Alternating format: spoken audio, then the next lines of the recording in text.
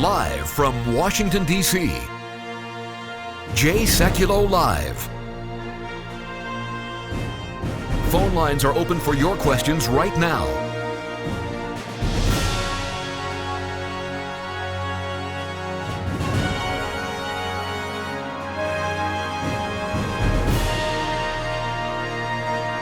And now, Chief Counsel for the American Center for Law and Justice, Sekulow. Well, history being made as the President of the United States approaches the Western Wall in Jerusalem. I say history because no sitting president has ever done this.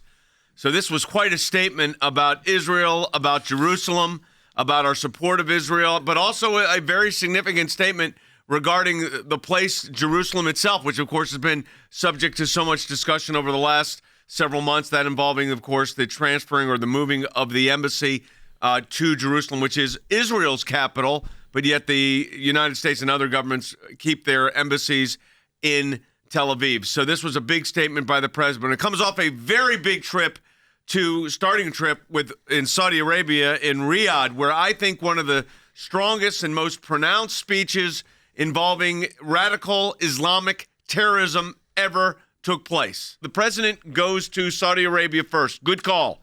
Meets with, in the room, 50 leaders of the Arab world. Jordan, that sends a huge signal right in the beginning. That's before he gets to Israel. We'll talk about that in a moment. But he's first stop, Riyadh, very strong statement.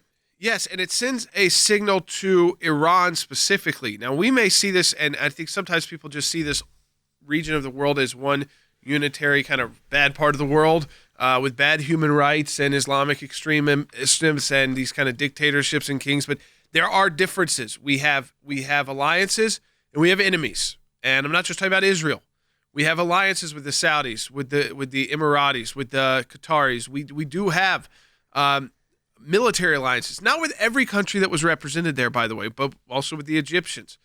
And so when you work on this, you were really sending a signal to, one, some of the Islamic terror groups that share the Sunni Islamic faith in a extreme way, like ISIS, like Hamas, but also to Iran especially. That was this alliance that President Trump is putting together in the Gulf and the Arab world is an alliance to take on Iran. Then he goes to the next day, after spending the night in Riyadh, to Israel and goes to the Western Wall in Jerusalem. Now, that doesn't sound very controversial to any of us, but let me tell you this. He's the first sitting president that's ever done that.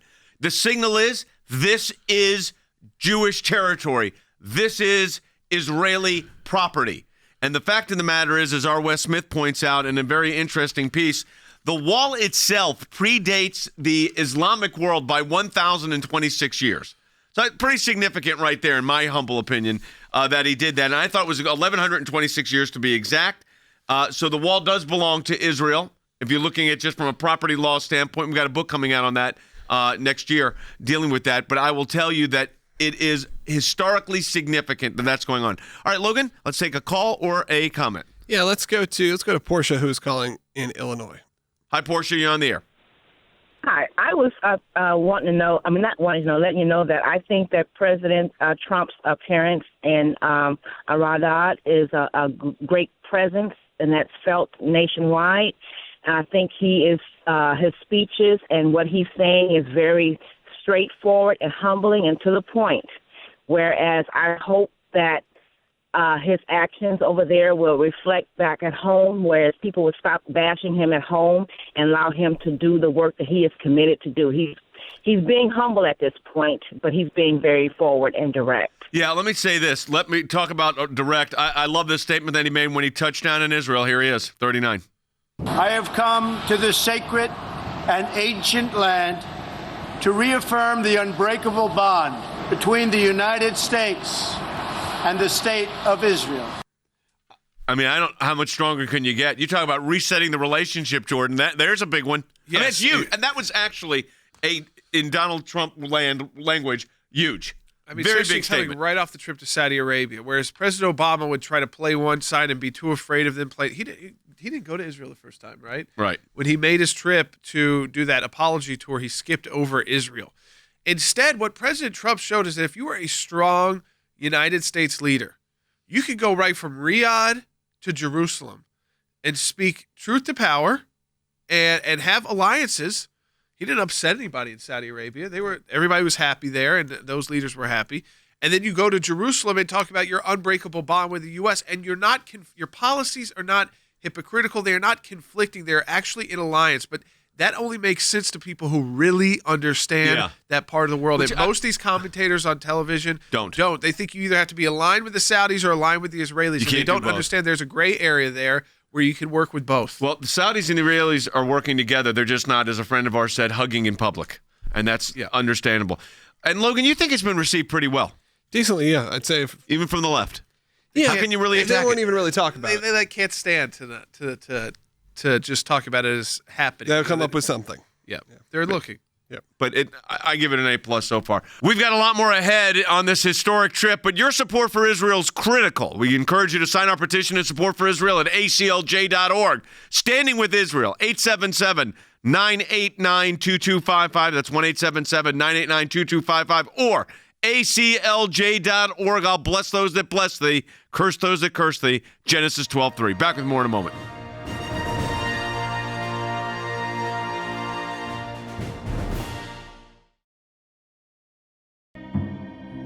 Israel is under constant deadly terrorist knife and rocket attacks. Jewish students, professors, and Christians who support Israel face vicious discrimination at U.S. universities, all in an attempt to delegitimize the state of Israel. Israel is our ally, the Jewish people our friends. It's our duty to defend them. That's why the ACLJ is launching a massive new multinational legal campaign in defense of Israel, in the U.S., at the UN, and with world leaders. But we need these global leaders to hear from you now. Add your name to our new petition, a petition to defend Israel from anti-Israel attacks across the globe.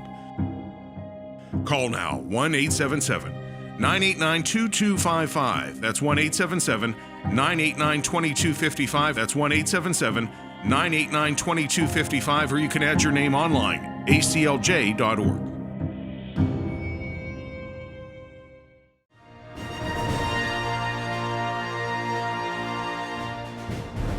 Hey, welcome back to the broadcast, everyone. Logan, you just had a good question. What was that? A question came in from Parvin on Facebook. Said the president gets more respect overseas than here in America. Do you agree, Jordan? I think that certainly right now, with America basically divided 50-50 on if you respect the president or not, that's just the bottom line truth. Half the country is wanting to undermine this president. The other half of the country is defending this president. When you go to where he was in the Middle East, I think it's the strength of America. They know the potential strength of any American president. And so he is putting that on display. Go ahead and take a call. Let's go to Christine, who's calling in Torrance, California. You're on the air. Hey, Christine, go ahead. Hi, gentlemen. Thanks for taking my call. I'm really proud of the president for saying what he said in Saudi Arabia. My question is since there are people in the Arab nation that think that Israel is a terrorist extremist and Israelis are terrorist extremists, could this in any way be perverted and distorted and used against Israel? No, I'll tell you what this was. I can't disclose the source, but a friend of ours who knows made a really good observation that what's happening between, for instance, Saudi Arabia, Egypt, Israel, and Jordan privately, and I know this from my work in Israel and on this issue, is their alliances have never been stronger. The Russians, interestingly, also have a good relationship with Israel. But the Saudis, the Egyptians, the Jordanians are working very closely with the Israelis. Now, they cannot, quoting this friend of ours, hug in public. And nor is the president making them hug in public. So I think all of that is very good. And I think you best see it when you see from people like al-Sisi, the president of Egypt. Listen to 42.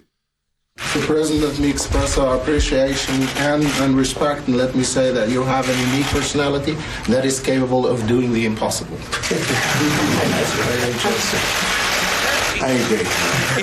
The president is playing, al-Sisi, you understand what he said? Mr. President, let me express our appreciation and respect. Let me say that you have a unique personality that is capable of doing the impossible. That impossible, I believe, could well lead to a peace treaty between the Palestinians and the Israelis. If there was ever a chance it could happen, believe it or not, the art of the deal is probably the guy that can do it. Yeah, I mean, it may be even more effective, as some of the callers I think have already caught on to. His ability as president may be more effective internationally because of his personality. As the Egyptian president said, your unique personality.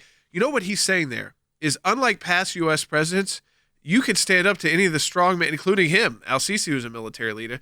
You could stand shoulder to shoulder with us and go toe to toe. We respect that. That's what we like to see. We want a negotiation to be tough. We want someone who can fight back with us.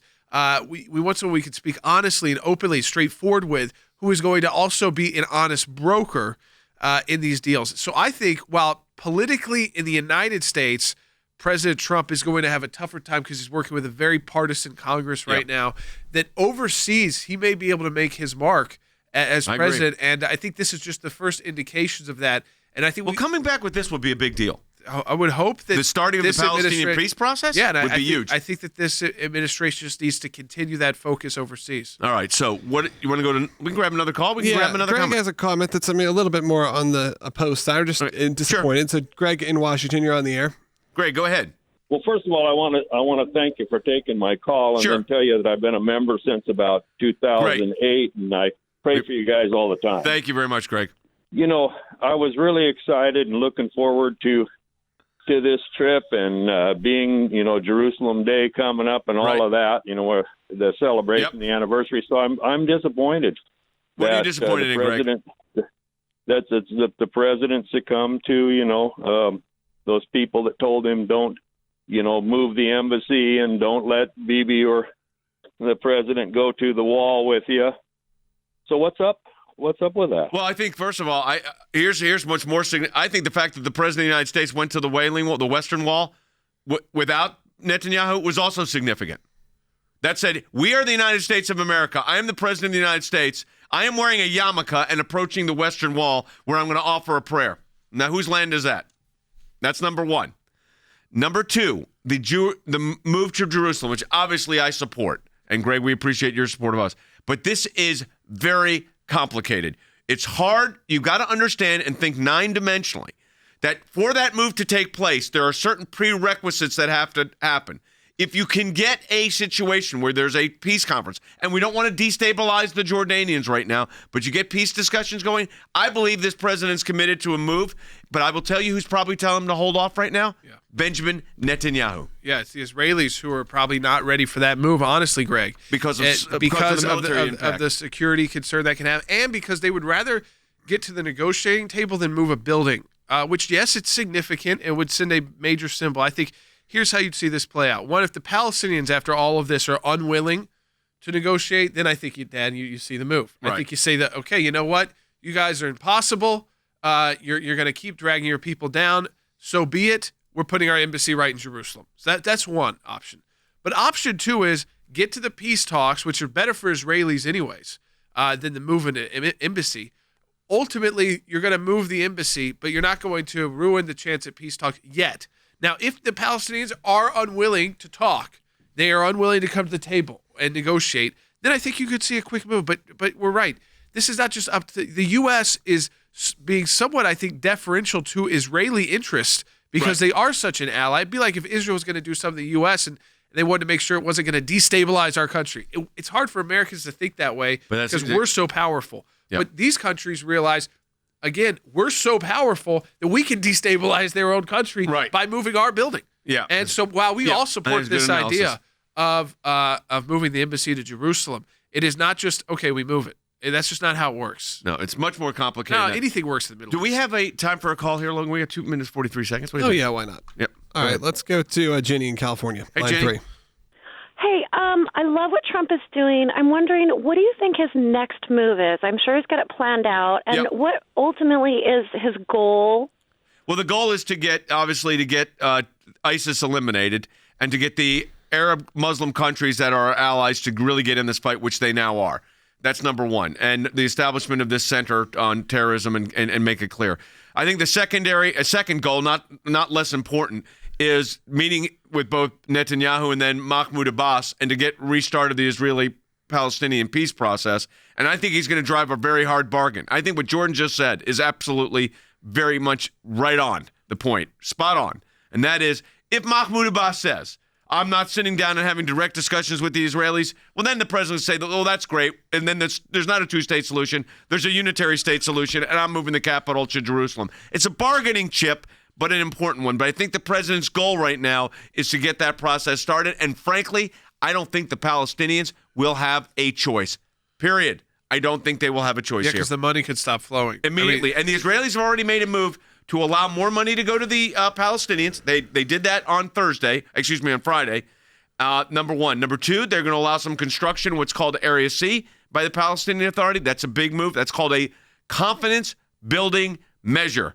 CBM. That's what he's talking about. And again, listen to what President Trump said, number 16.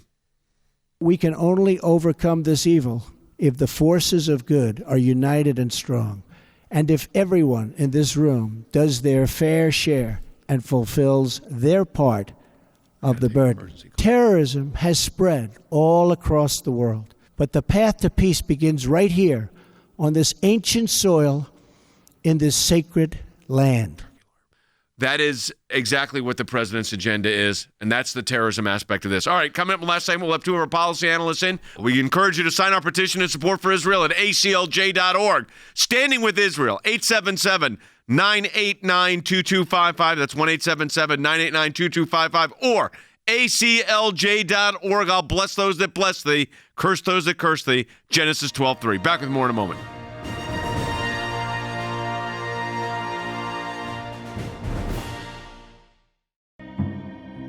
Israel is under constant deadly terrorist knife and rocket attacks. Jewish students, professors, and Christians who support Israel face vicious discrimination at U.S. universities, all in an attempt to delegitimize the state of Israel.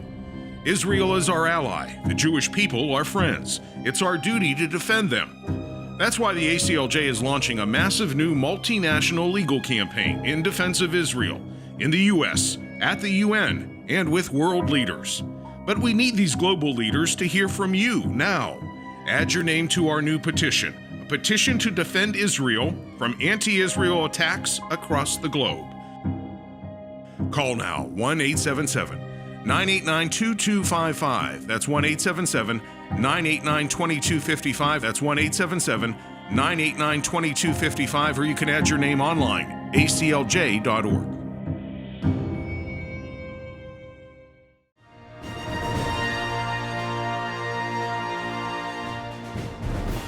Welcome back to Jay Sekulow Live. We're going to take some calls coming up here. All the lines are jammed right now, and if you have a question or comment, the best way to do right now is to comment on our social media or join us via the phones as they open up during this segment, last segment of the show. Let's go to Joseph, who's calling. He's on hold the longest in Indiana. Joseph, on line 5. You're on the air. Good afternoon, gentlemen. I love what you do. Thank you. Thanks for taking my call. I don't have a question. I have a comment. First of all, I appreciate and love what Trump is doing, both here in domestically and worldwide. I think his perception, like Jordan said, is probably more positive elsewhere than here in the States. Yep. And I think it was very significant that he did not bow to the Saudi leader. Well, he not only didn't. Let me get Wes who served in the region militarily. Wes, give me your quick reaction, then I'll get Harry's too. Just the way the whole perception went in Riyadh. Right. It was very, very appropriate. It was one state leader meeting another state leader, even though he was the monarch. There was a handshake. I think there was mutual respect. The fact that President Trump's wife and daughter did not veil themselves. Yep. It was a mutual respect of each one's culture. Yep. That's what's significant. And you don't need to bow before a foreign monarch. Yep. Harry? Well, I would suggest that the days of fecklessness and spinelessness on the part of the Obama administration are over. Yeah. Instead, Trump offered a show of strength, and I think that is well respected in the Middle East. Do you think, Jordan, that the symbolism of the way that went down, even the lack of veiling and all that, was symbolically significant? Yes, because the Obama administration was always so concerned with these optics of trying to, I'd say, bow down to the wishes of this part of the world, taking your Orthodox Jewish daughter and son-in-law into Riyadh in Saudi Arabia, having her speak on your behalf in an event that you could not make, not veiled. Right. And again, not done so in a way to try and upset people, but done so in a way to say, I'm the president of the United States. Women in our country, they could choose to veil. They don't have to. So when I am visiting as president and my family is visiting as that first family, they are going to dress respectfully, but they're not going to take on every part of your culture and custom. Yep. Vice versa. I think he showed a lot of respect. Again, it seems like everything went much better there than the media had hoped. I think that the media was hoping for a disaster. That's not how these parts of the world they operate. And I lived there, Jay, and they do not expect us to adopt all of their customs. They really don't. Yeah. No, I mean, they don't. I think that from President Trump, I'm sure they were also excited and pleased with the right kind of respect he gave to them, leader to leader. Well, I thought that having a leader-to-leader meeting was very important. And he acknowledged the cultural differences. All right, let's go ahead and take another call. All right, let's go to Pat in Gallup, New Mexico on line 2. You're on the air, Pat. Hi, Pat. My concern is that the Democrats or the media will create yet another false crisis to undermine this just wonderful, successful journey and to bring him back home. Of course. Listen, it's already happening. I mean, believe me, they don't want to stay on this story because this story is too good for the president. So they will, yes, that is going to happen. It will be talks of special counsel and impeachment and what does it all mean. That's going to happen. So I just prepare yourself for that. We're just giving you the news and the analysis like it is. But the media's going to do that. Yeah, absolutely. All right. Keep going calls. All right. That was a very short comment on your part. Yeah. Okay. There you go. A lot of people are calling. Okay. We got to make sure we take them. All right. All right. Yep. Sue, Portland, Oregon. You're going to hold for about 15 minutes. Thanks, Sue. Hey, Sue. Hi there. I have just a couple comments about Melania and what she was wearing. I heard on Fox today that the outfit she wore in Saudi Arabia was very modest, and it was a compliment to it was respectful to their tradition without being subservient to it. Right. And you said you lived there, so I did, and I was stationed there with female soldiers, and as long as they were modest, they were not expected to adopt their dress and their customs. You can be respectful of a foreign dignitary or a foreign head of state without being deferential and subservient to them. I mean, Harry, you don't have to put it in there. We don't have to show that we're Americans and we got to wear an America USA T-shirt. Absolutely. But he's the president of the United States. Absolutely. And they need our help. And the United States should never bow to another foreign power. On the other hand, we should always be respectful to other traditions. I think that balance I think they got that balance here, Jordan. Yeah, I mean, it's again, I just remember in these parts of the world, you don't flaunt. I mean, the U.S., we're used to kind of just open. I mean, shoulders are a big deal, but if you take on the responsibility of just again, respect without totally compromising who you are as a people, that's actually, you get further. I don't think no one wants to see Donald Trump wearing a tob and it's not, that is not what they're expecting. They're expecting the U.S. president to be in a suit and tie. Some of their leaders wear suit and ties, others don't. I mean, depending on the situation. The King of Jordan, you'll see in both outfits, he actually chose to wear a suit and tie. Al-Sisi would never wear what some of the Gulf state leaders wear. He's taken off his military uniform now, put on the suit and tie. I mean, it's again, what is appropriate? Imaging is important. Very important, especially in that even part in of the Israel. world. Yep, Listen, absolutely. At the Western Wall, if you notice, shoulders are covered. The part of the arms culture. are covered, legs are covered. Yep. It is part of the culture, not just in the Arab world, but also in the Jewish world. Yep. Right. All right. Let's continue on. Try to get the last of these calls. Let's go to Laura, Colorado Springs. You're on the air. Hi, Laura. Go ahead. Hi, from Colorado Springs. Yep. First, I've got two comments. We finally have a man in the White House, a patriotic man in President Donald Trump. I think he's on the way to the first steps in starting finally some world peace, and I am so grateful for him. Another comment, I am so excited to see Jay Sekulow on some of the news. For the first time, finally, we'll have an intelligent person saying something that we can enjoy. I appreciate you saying that. But I like my guests and hosts are great. And I'm going to be on with Neil Cavuto today, and I think with Sean later in the day as well. All right, last call. Let's go to Logan, Tracy. you didn't respond to any of that. She said that was great on there. Congratulations. Yeah, there you go. Fine. Oh, what do you mean say? Tracy's calling from Austin. Hey, Tracy, go ahead. So my question is, for peace between Israel and Palestine, what would it be like if the U.S. The U.S. and the UN stopped funding Palestinian the Authority? Palestinians? It would be catastrophic for them, and it would start a war. Yes, they would have no more security forces to protect against groups like Hamas, to rat out the terrorist problem they have internally. That would not be good for Israel, especially now. Let me say twofold. One, the UN funding, that is not very difficult for the U.S. to stop that. Or two, the U.S. funding, though, is part of the negotiating tool.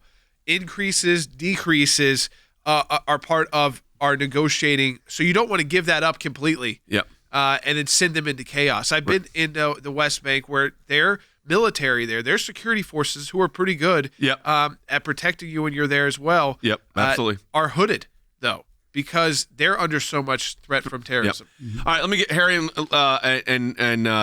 Wes, last comment here. Harry first. So far, evaluating the trip, what's your assessment? Quick assessment. It's an absolute success. The days of appeasement of Iran are over. Also, we sent a very strong message to Russia that there's a new sheriff in town and that American interests are going to be put first as opposed to Middle Eastern interests. Wes? Yeah, and in the past with the previous administration, they felt really, really snubbed by them, and their national security, the Gulf Cooperation Council, which is sort of like their version of a small NATO, they depend on the United States and our defense of them, and I think this has been a turning point in this whole... That's going to do it for the broadcast today. I want to encourage you, as we are in a historic moment in American-Israeli relations and the ability to start this peace process again, ACLJ.org. We've got a petition up right now to stand with Israel. It's very important we hear from you. 1-877-989-2255. That's 877-989-2255 to sign that petition, or ACLJ.org. Let's stand with Israel. Again, ACLJ.org or 1-877-989-2255. I will bless those that bless thee. That is the promise of Scripture. Stand with Israel right now, ACLJ.org or 877-989-2255.